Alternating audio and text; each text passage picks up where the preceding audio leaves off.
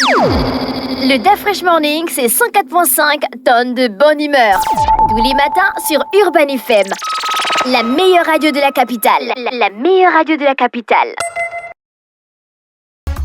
Vous êtes sur les 104.5 Urban FM, la station urbaine, et vous écoutez le DAF Fresh Morning avec Jean-Paul. Jean-Paul, bonjour. Bonjour la fraîche. Comment tu vas ce matin? Ça va très bien. Il y a la forme. Oui. Alors, l'actualité internationale nous emmène où? On va à Genève où hier a été dévoilé un peu le contenu de l'accord commercial passé entre la Chine et les États-Unis. Bon, pour essayer de comprendre les choses, il faut se rappeler que Donald Trump, le 4 avril dernier, avait décidé de lancer une guerre commerciale contre l'ensemble du monde entier parce qu'il estimait que les États-Unis se faisaient en quelque sorte rouler dans la farine par le fait que les États-Unis importaient plus des produits de l'extérieur qu'ils n'en exportaient. Donc, ce qui faisait que la balance commerciale des États-Unis était largement déficitaire. Par exemple, pour l'année 2023, elle a atteint le montant astronomique de près de 1000 milliards de dollars. Donc, il estime qu'il faut arrêter cette espèce d'injustice-là. Et donc, il a décidé de mettre en place des tarifs douaniers. Si dans la plupart des pays, notamment les pays européens, les pays d'Amérique latine, les pays qui sont considérés comme traditionnellement des alliés, ces derniers ont décidé les chefs d'État et de gouvernement ont pour la plupart décidé de décrocher leur téléphone et d'appeler Donald Trump pour négocier de manière bilatérale des tarifs douaniers qui soient acceptables des deux parties, ou disons des accords commerciaux dans lesquels il y aura pour d'une part permettre de baisser les tarifs douaniers, il faudrait une autre contrepartie commerciale en termes de business. Et donc, si la plupart des pays, les chefs d'État et de gouvernement ont décroché leur téléphone, ont appelé Donald Trump, ou d'autres même ont fait le déplacement en personne pour aller discuter directement avec Donald Trump sur la mise en place d'accords bilatéraux, eh ben, la Chine, elle, n'a absolument pas tenu à suivre ce schéma-là. C'est l'un des rares pays qui a décidé de tenir tête aux États-Unis. Elle a donc décidé, dans un premier temps, de rehausser aussi les tarifs douaniers. Les Américains, donc, l'ont très mal pris, et donc ils ont fait une deuxième offre tarifaire qui montait aux alentours de 145%. Et ben, les Chinois ont aussi décidé de mettre en place des moyens de rétorsion en augmentant les droits de douane à hauteur de 125%. Ce qui a en quelque sorte poussé les Américains à... cette guerre commerciale a surtout aussi, il faut dire la vérité, entre la Chine et les États-Unis, qui sont les deux mastodontes du commerce international, a un peu affolé les marchés financiers d'une part et a affolé les grandes entreprises américaines, surtout celles qui sont dans le domaine de la technologie. Pourquoi? Parce que en rétorsion, en fait, les Chinois, ils ont surtout touché, si les Américains ont ciblé tous les produits manufacturiers produits en Chine et importés aux États-Unis, les Chinois, eux, ils ont ciblé un certain nombre de produits et ils ont posé un certain nombre d'actes qui ont, en quelque sorte, semé le trouble et semé la panique, aussi bien chez les investisseurs que chez les grands entrepreneurs américains. Alors, la Chine a fait quoi? Elle a d'abord annulé les contrats que certaines compagnies aériennes avaient de Boeing. Il faut savoir que pour l'année 2025, il y avait à peu près une cinquantaine d'avions Boeing qui devaient être livrés aux Américains, aux Chinois, pour un montant de plusieurs milliards de dollars. Et si tu veux, dans le domaine aérien, quand vous commandez un avion, vous ne payez pas d'avance. C'est lorsque l'avion est livré que vous payez. Et donc, en bloquant la livraison de ces avions, la Chine bloque aussi le paiement de ces derniers et prive ainsi Boeing d'une manne de plusieurs milliards de dollars. Ce qui ne fait que renforcer les difficultés dans lesquelles l'entreprise est plongée depuis plusieurs mois. Je ne vais pas revenir là-dessus. Ça, c'est la première chose. La deuxième chose, c'est que la Chine a décidé de restreindre, en quelque sorte, la livraison de terres rares aux États-Unis. Or, on sait que pour la fabrication des puces, pour la fabrication des microprocesseurs, pour la fabrication des batteries au lithium, etc., ces terres rares-là sont indispensables. Et donc, en restreignant de près de 90% l'accès des Américains aux terres rares, elle a aussi porté un coup très rude, si tu veux, à la technologie américaine. Et puis, la troisième chose, c'est qu'elle a aussi considérablement, elle a mis des taxes aux exportations sur des produits de nouvelles technologies qui sont fabriqués en Chine et qui sont livrés aux États-Unis, notamment, par exemple, les téléphones, les ordinateurs, les puces électroniques.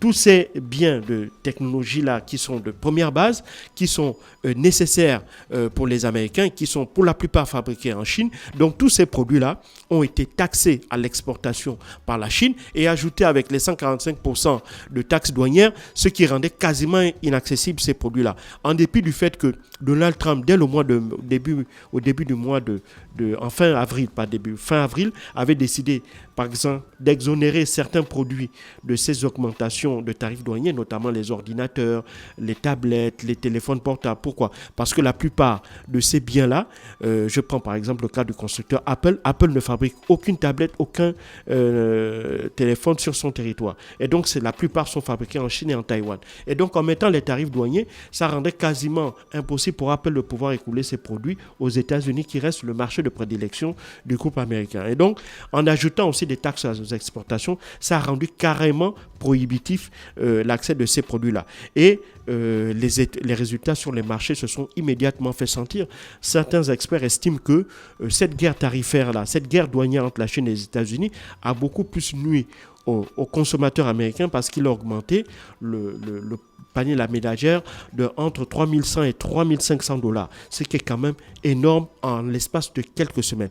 Et la deuxième chose, c'est que la plupart des bourses, notamment les bourses américaines, étaient à la baisse, faisant craindre un risque de récession si cette guerre tarifaire-là continuait sur cette même lancée-là. Et donc, comme Donald Trump, bien entendu, il a été élu dans une large majorité par les hommes d'affaires américains, par les entrepreneurs,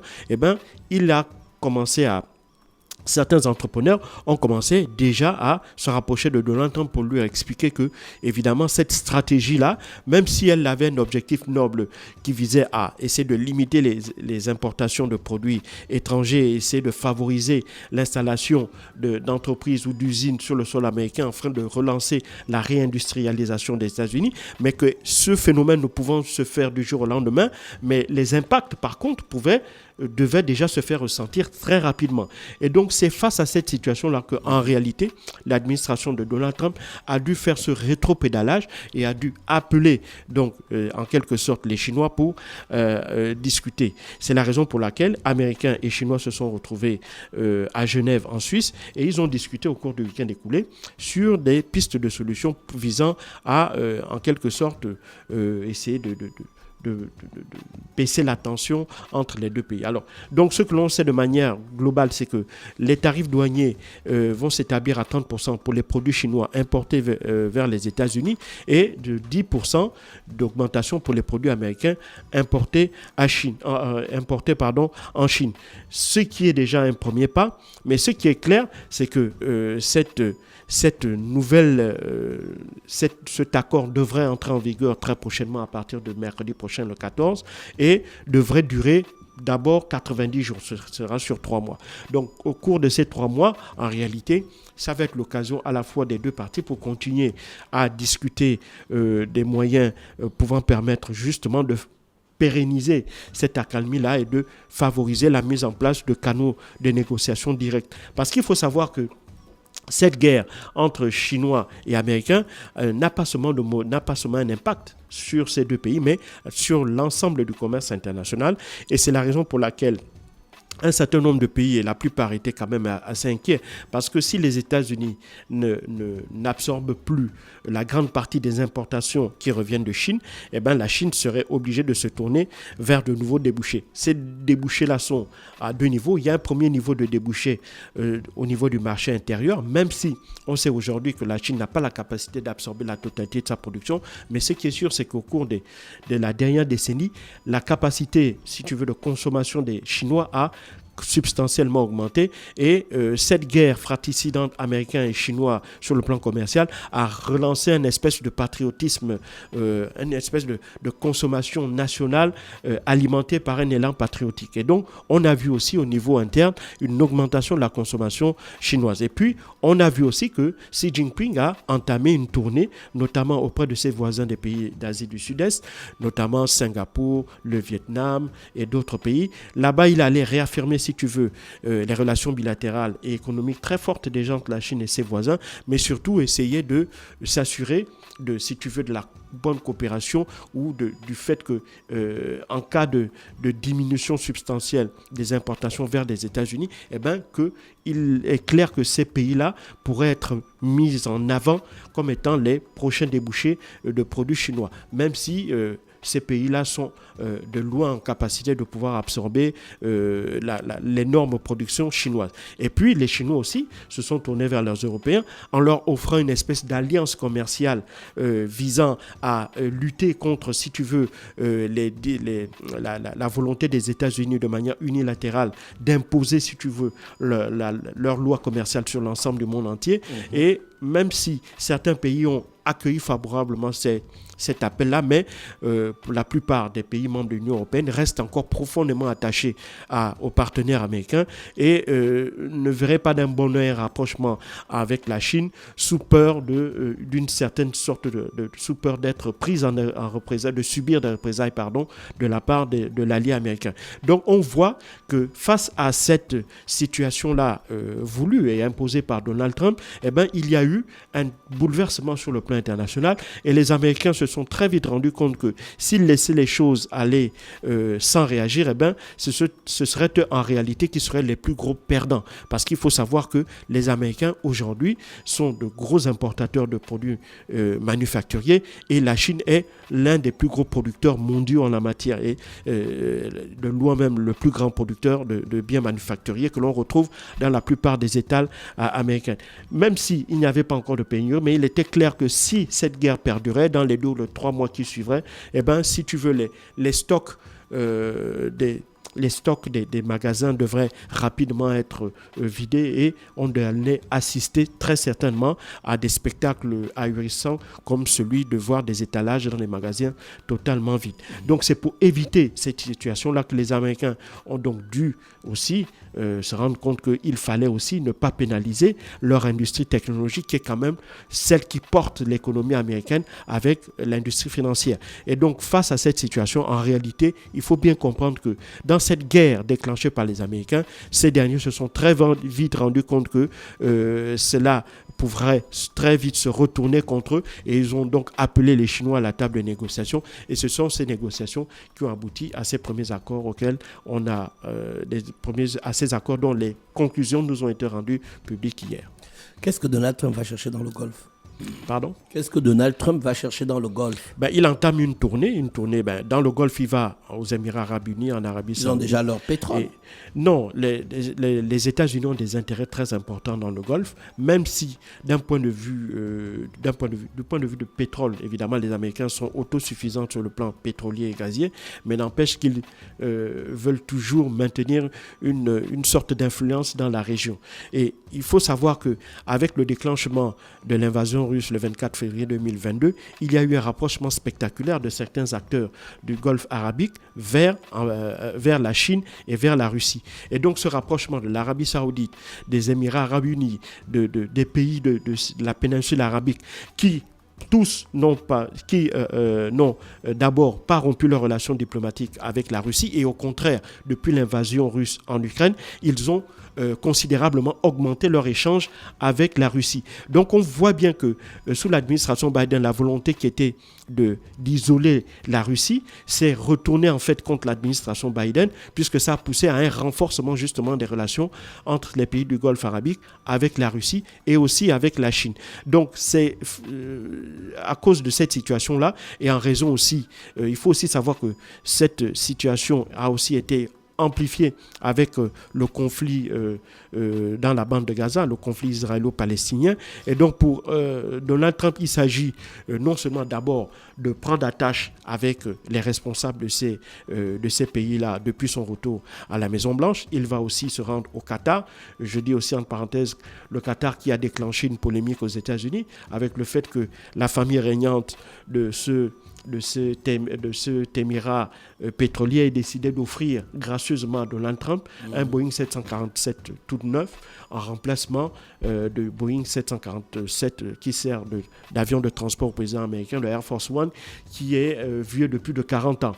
Et donc Donald Trump qui, lors de son premier mandat, avait justement demandé au Congrès de lui donner les finances, de lui accorder l'autorisation d'acheter 2 autres nouveaux avions pour le président, le président qu'il était. Malheureusement, ce projet-là avait été abandonné par Joe Biden et ce projet avait d'autant plus été abandonné par Joe Biden que Boeing est aussi empêtré dans des scandales liés à des dysfonctionnements au niveau de la qualité de ces avions. Et donc, tout ça avait fait qu'en quelque sorte, ce projet-là avait été mis de côté. Et donc, la famille régnante du Qatar a donc décidé d'offrir gracieusement un avion tout neuf à Donald Trump. Et je dis au passage que cet avion d'une valeur de 400 millions de dollars n'a toujours pas encore été livré, même si Donald Trump, lui, a donné son accord de principe parce qu'il trouvait qu'il serait fou de refuser un tel cadeau. Il faut savoir qu'au niveau du Congrès, même au niveau des républicains, ce cadeau ne passe pas parce qu'il serait vu comme une forme de corruption de la part. Mais il va accepter. Donald Trump a dit qu'il a accepté. Maintenant, évidemment, au vu du tollé suscité par cette annonce-là. Est-ce que c'est la première fois qu'il rentre dans les tollés? Il est habitué. Oui, il est habitué, mais vraiment là, cette polémique serait trop grosse. Et je ne pense pas que, même si on sait que Donald Trump, lui, il est capable de tout. Il est capable de... Lui, les polémiques passent au-dessus de sa tête. Mais je pense que quand même, certains élus républicains avec les démocrates qui tirent déjà boulet rouge sur la famille du Qatar, peut-être même que la famille du Qatar pourrait se rétracter si elle constate qu'évidemment la polémique ne ferait qu'enfler. Donc, en réalité, il s'agit de renforcer les liens avec les partenaires, avec les alliés des États-Unis dans la région, en vue de peut-être aussi les amener à jouer de leur influence pour essayer de contraindre la Russie à accélérer, si tu veux, les négociations avec l'Ukraine en vue de l'obtention d'une paix rapide et durable dans la région. Et aussi pour essayer de s'assurer que, en quelque sorte, l'allié israélien qui continue sa guerre d'offensive dans la bande de Gaza puisse être le moins impacté que les alliés américains dans la région puissent le moins impacter sur la politique israélienne. Même si Donald Trump, on voit qu'il y a en ce moment quelques tensions entre Benjamin Netanyahu et Donald Trump. Il faut savoir que Benjamin Netanyahu avait envoyé une invitation à Donald Trump pour qu'au cours de cette tournée, il achève par un passage par Israël. Mais Donald Trump a décidé de ne pas se rendre en Israël à l'issue de cette tournée parce qu'il estime que Benjamin Netanyahu voudrait en réalité lui imposer son plan de guerre dans la bande de Gaza. Il faut savoir que Donald Trump, lui, il veut véritablement la paix, mais il n'arrive pas à imposer cette paix-là à Benjamin Netanyahu, qui au contraire voudrait se servir de sa présidence pour accélérer ses buts de guerre. Donc c'est un peu cette incompréhension entre ces deux hommes qui explique le fait qu'au dernier moment, Donald Trump ait décidé d'annuler sa visite en Israël à l'issue de cette tournée dans le Golfe arabique. Merci Jean-Paul pour l'actualité internationale ce matin sur les 104.5 Urban FM, la station urbaine dans le Da Fresh Morning. Non. Le Da Fresh Morning, c'est 104.5 tonnes de bonne humeur. Tous les matins sur Urban FM. La meilleure radio de la capitale. La meilleure radio de la capitale.